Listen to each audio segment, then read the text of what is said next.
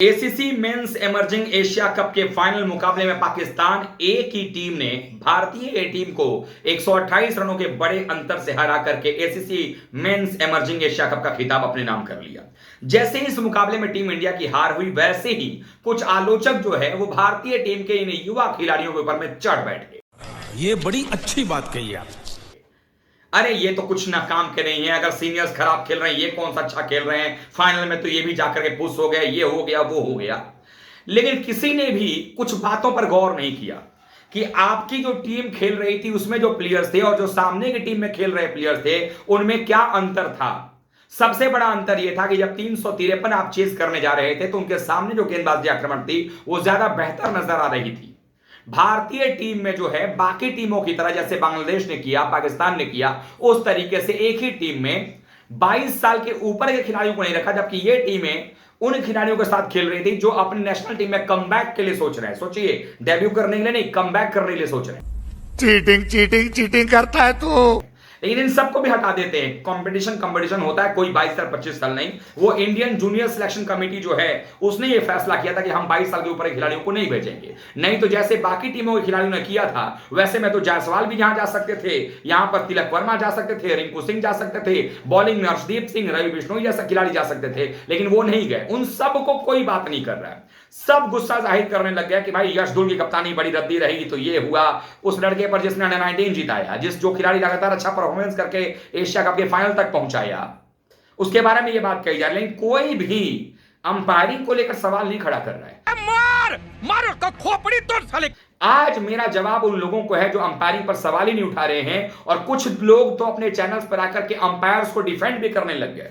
मैं दो एग्जांपल उदाहरण देता हूं अभी अंपायरिंग को लेकर के कि हालिया दिनों में आईसीसी के जो अंपायर्स हैं या जो भी अंपायरिंग हो रही है वो कितनी घटिया है और कितनी खराब रणनीति जो है वो एसीसी की भी रही है और आईसीसी की भी रही है। अभी मजा आएगा ना भिड़ो। अब आप जरा सोचिए एक पल को, इमर्जिंग एशिया कप कहने को ये बड़ा टूर्नामेंट है, इस टूर्नामेंट में आपने क्या किया? पहली बात तो ये कर दिया कि डीआरएस हटा दिया। अब जब आपने अंपायर रखा, डीआरएस हटा दिया, तो फिर उसमें अंपायर्स अच्छे रख लेते, यानी वैसे अंपायर रखते जो इंटरनेशनल लेवल पर जिनको अनुभव है इतने बड़े मैचेस कराने का। आप कहेंगे भाई यहां पर कहां से लेकर के आते, लीग स्टेज के मैचेस को हटा देते क्योंकि वहां पर फिर से भी मौका मिल जाता है आपको। लेकिन आपने क्या किया, लीग स्टेज तो छोड़ दिए, फाइनल तक में भी आपने औसत दर्जे के अंपायर्स रखे जिन्होंने घटिया अंपायरिंग की।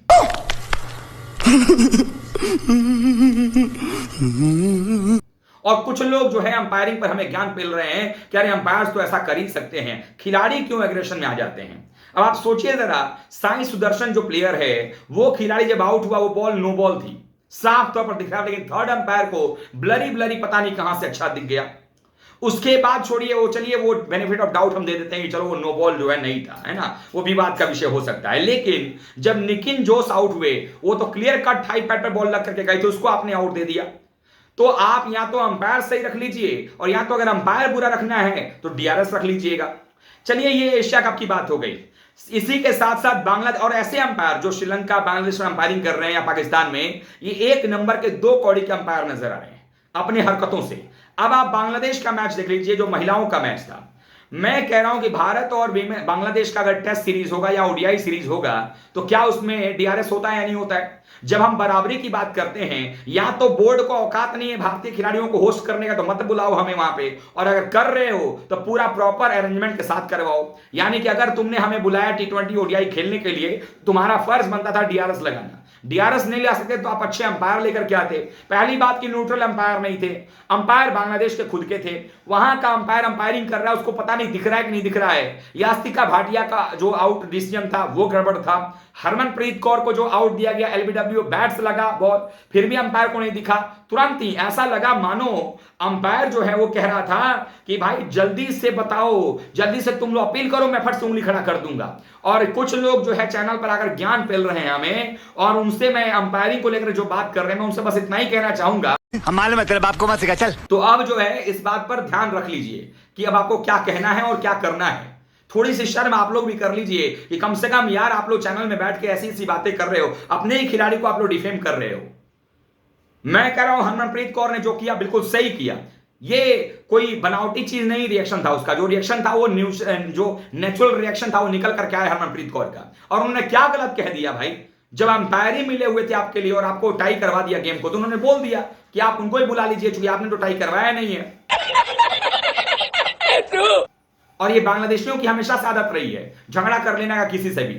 तो जब वहां पर गलत डिसीजन दिया गया, उस अंपायर के पास अगर हिम्मत होता तो देखता, पूछता कि चलो थर्ड अंपायर से पूछ लेता हूं कि बैट पर लगा है कि नहीं लगा, डीआरएस मत लेते आप, ठीक है, आप अल्ट्रा चेक नहीं करवाने चाह रहे थे, आप देख लेते, अगर पहले ऊपर से दिख जाता पता चल जाता आपको।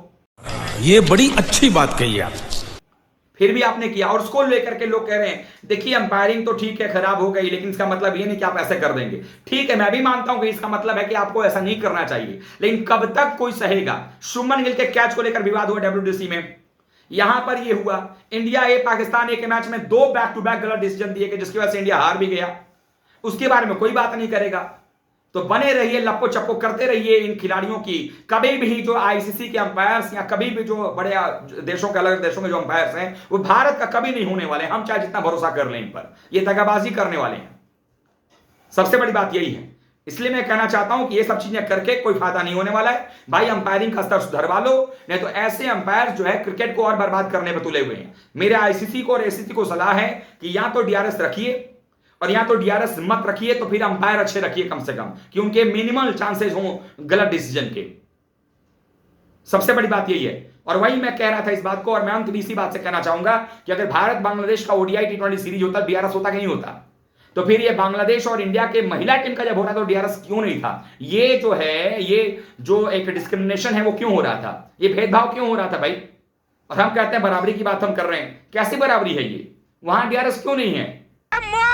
मारो का खोपड़ी तोड़ साले। या तो फिर मत कराइए सीरीज, जब समय लगेगा, जब लगेगा कि आप लोग इतनी हैसियत हो गई है कि डीआरएस हम वहां पर रख सकते हैं, इन मैचेस में भी उतना रेवेन्यू आ जाएगा, तब करवाइए, नहीं तो मत करवाइए यहां पर सीरीज। और होम तो अंपायरिंग होना ही नहीं चाहिए, न्यूट्रल अंपायर होने चाहिए। वैसा ही हुआ था, आलिमदार ने जो है बैड लाइट कर दिया था इंग्लैंड वाले मैच में, इंग्लैंड मैच जीत जाता, वो वहां बैड लाइट करके खत्म करवा दिया। तो होम अंपायर तो ऐसे कर रहे हैं, हमारे इंडियन अंपायर नहीं करते हैं। हमें इतना ईमानदारी भरा हुआ है कूट कूट करके ना, हम दूसरों को भी ईमानदार समझ लेते हैं, लेकिन ये सब बेईमानी भरी पड़ी है इन लोगों में। और कई सारे एग्जांपल्स अभी देखने को मिले हैं, और ऐतिहासिक हमारे बकनर साहब को तो आप सब जानते ही हैं। इसीलिए जो लोग ज्ञान पेल रहे हैं कि हरमनप्रीत कौर ने गलत कर दिया, मैं उनसे कहना चाहता हूं बिल्कुल सही किया Harmanpreet Kaur, and I am with you Harmanpreet Kaur. इतनी बेईमानी, जीता हुआ मैच आप टाई करवाओगे और हरवाओगे तो क्या करेंगे हम। ठीक है, परफॉर्मेंस खराब हुआ, नहीं हुआ, तो क्या हम मतलब परफॉर्मेंस खराब करें तो हम जाकर के कीनिया से और किसी भी टीम से हार के चले आएंगे क्या। हम कोई पाकिस्तान की टीम है जो जाके जिम्बाब्वे से हार जाएंगे। खैर चलिए, यही बातें थी। आप लोग भी कमेंट लिख के बताइए इस अंपायरिंग पर क्या कहना है। जो बांग्लादेश में इंसिडेंट हुआ हरमनप्रीत कौर वाला, उसके बारे में, और जो इंडिया ए पाकिस्तान ए के मैच में हो उसके बारे में आप कमेंट करके जरूर बताइएगा। अपना कमेंट, अपनी राय जरूर रखिएगा। वीडियो को लाइक कीजिए, शेयर कीजिएगा, और चैनल सब्सक्राइब नहीं किया है तो जरूर कर लीजिएगा।